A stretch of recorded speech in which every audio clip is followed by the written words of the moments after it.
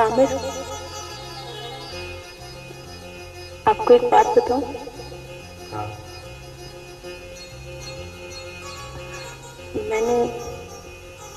मैंने आपको कभी कोई खत नहीं लिखा।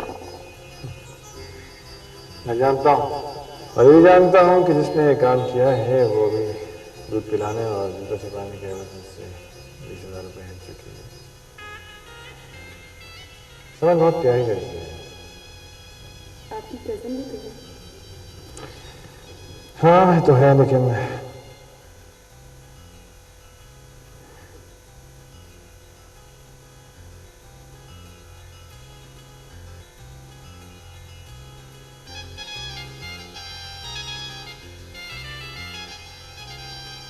अंकल समझ है क्या चीज? क्या मतलब? मतलब ये कि कभी कॉलेज के प्रोफेसर बन जाती है और लेक्चर पे लेक्चर, और कभी नन्ही मुन्नी बच्ची बन जाती।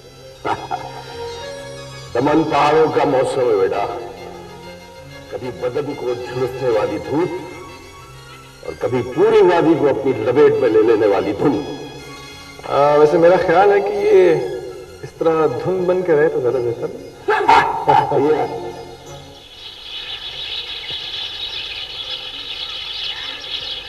ये फैसला मैंने बच्चों की वजह से किया है बेटा। यूं भी एक बिखरते हुए घर को समेटने के लिए बुजुर्गों को इस तरह सोचना पड़ता है। डैडी, हम आसिफ का इंतजार तो कर लें। किसे इंतजार नहीं है उसका? कल का आता आज आ जाए, इससे अच्छी और क्या बात हो सकती है? तो फिर कुछ दिन और इंतजार कर लें।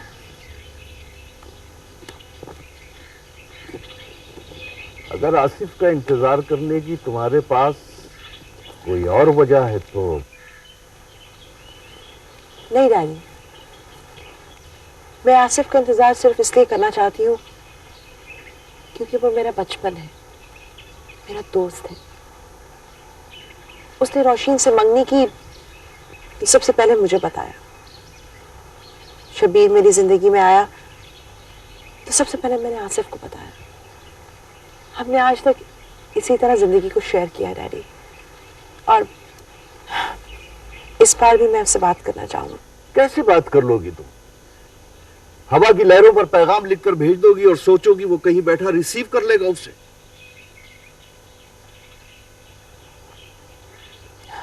खत तो आया उसका डैडी। हाँ लेकिन बेटा उसने अपना एड्रेस नहीं लिखा।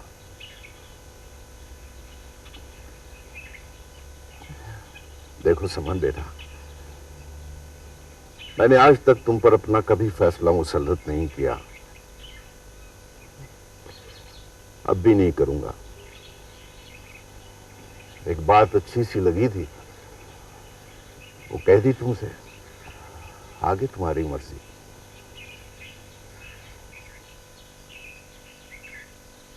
सालार है अपना, परचम पहरेदार है अपना, अज़्म जवां सालार है अपना, परचम पहरेदार है अपना, अज़्म जवां सालार है अपना, परचम पहरेदार है।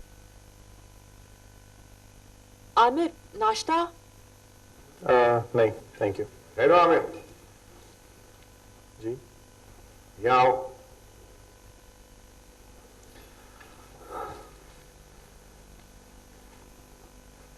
जी अंकल। बैठो। अंकल वो मुझे बैठो।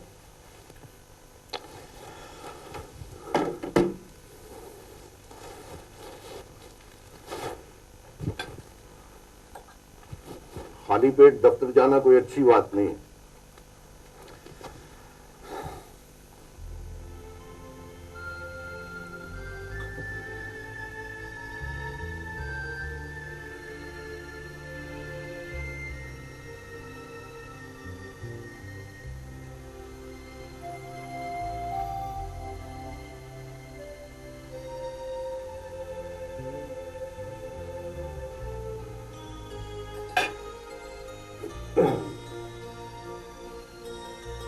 मैं देखता हूं ये बच्चे अब तक तैयार क्यों नहीं हुए हैं।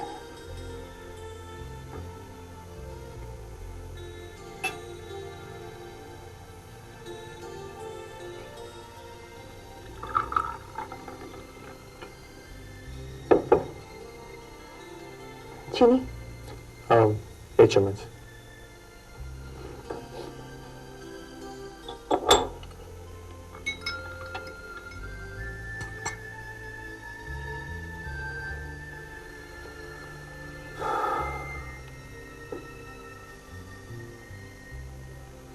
आप अभी यही चाहते हैं कि मैं वापस चली जाऊं? हाँ, मैं तुमसे पूछने ही वाला था कि तुम क्या चाहती हो, रहना या जाना? मेरी तो कुछ समझ में नहीं आ रहा। किससे पूछूं, किससे मशवरा करूं? जरूरी नहीं है कि जो अंकल चाहते हैं वो हो भी जाए। आप क्या सोचते हैं? मैं क्या सोचता हूँ, मैं कुछ भी सोचूं, किसी भी अंदाज से सोचूं, मेरी सारी सोचें एक ही नुक्ते पर जाकर मरकूज हो जाती हैं, और वो नुक्ता है 2 नन्हे नन्हे बच्चे।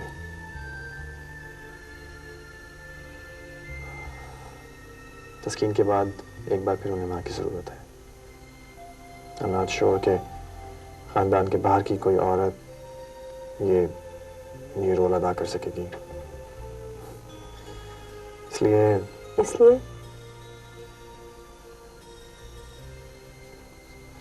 देखो, अगर बच्चों को तुम अपने साथ ले जाती हो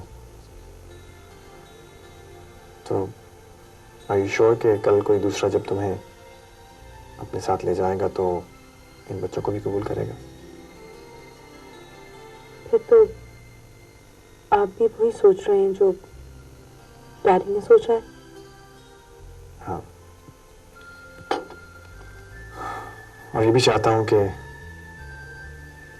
तुम भी अच्छी तरह सोच लो।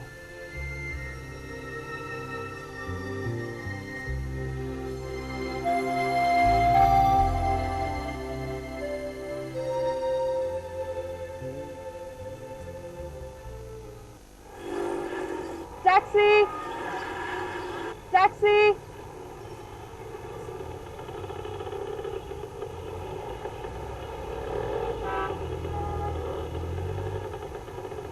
अच्छा, क्या हुआ? कुछ नहीं, वो मेरी गाड़ी जो है वो वर्कशॉप में है, बच्चों को लेने आई थी, टैक्सी नहीं मिल रही। चलो अंदर बैठो। बैठो बैठो बैठो, उधर हो जाओ जल्दी से, बैग गोदी में ले लो ना। हो जाओ हो जाओ हो जाओ।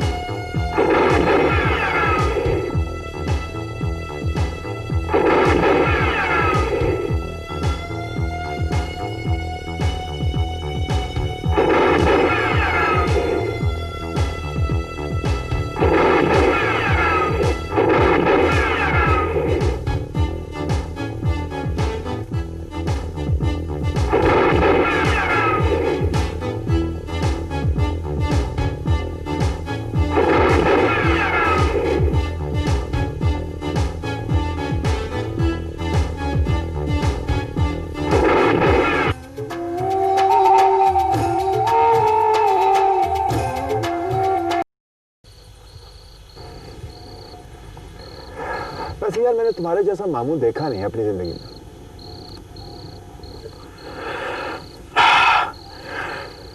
मेरा जी चाहता है तैमूर जल्दी से बड़ा हो जाए।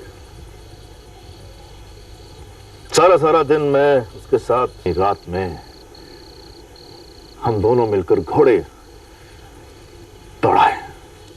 और फिर थक कर गीली रेत पर लेट जाए और इधर उधर की बातें करें। इसके लिए तुम्हें इंतजार करने की जरूरत नहीं। चलो बात करो। I wish I could.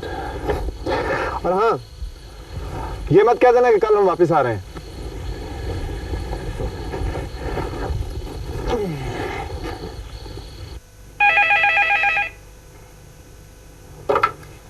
Hello.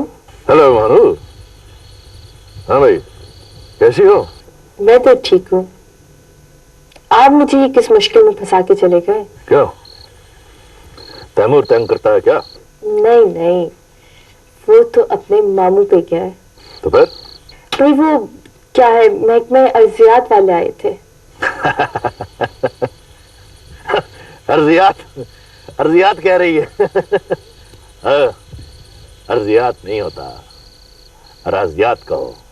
हाँ, जो भी कहते हैं। वो इतने लंबे लंबे खाते उठा के आ गए और वो इनकम टैक्स वाले भी आए थे। और सुने, कल 1 तारीख है, लोगों को पैसे भी देने हैं। अच्छा ठीक है, गुस्सा मत करो जरा।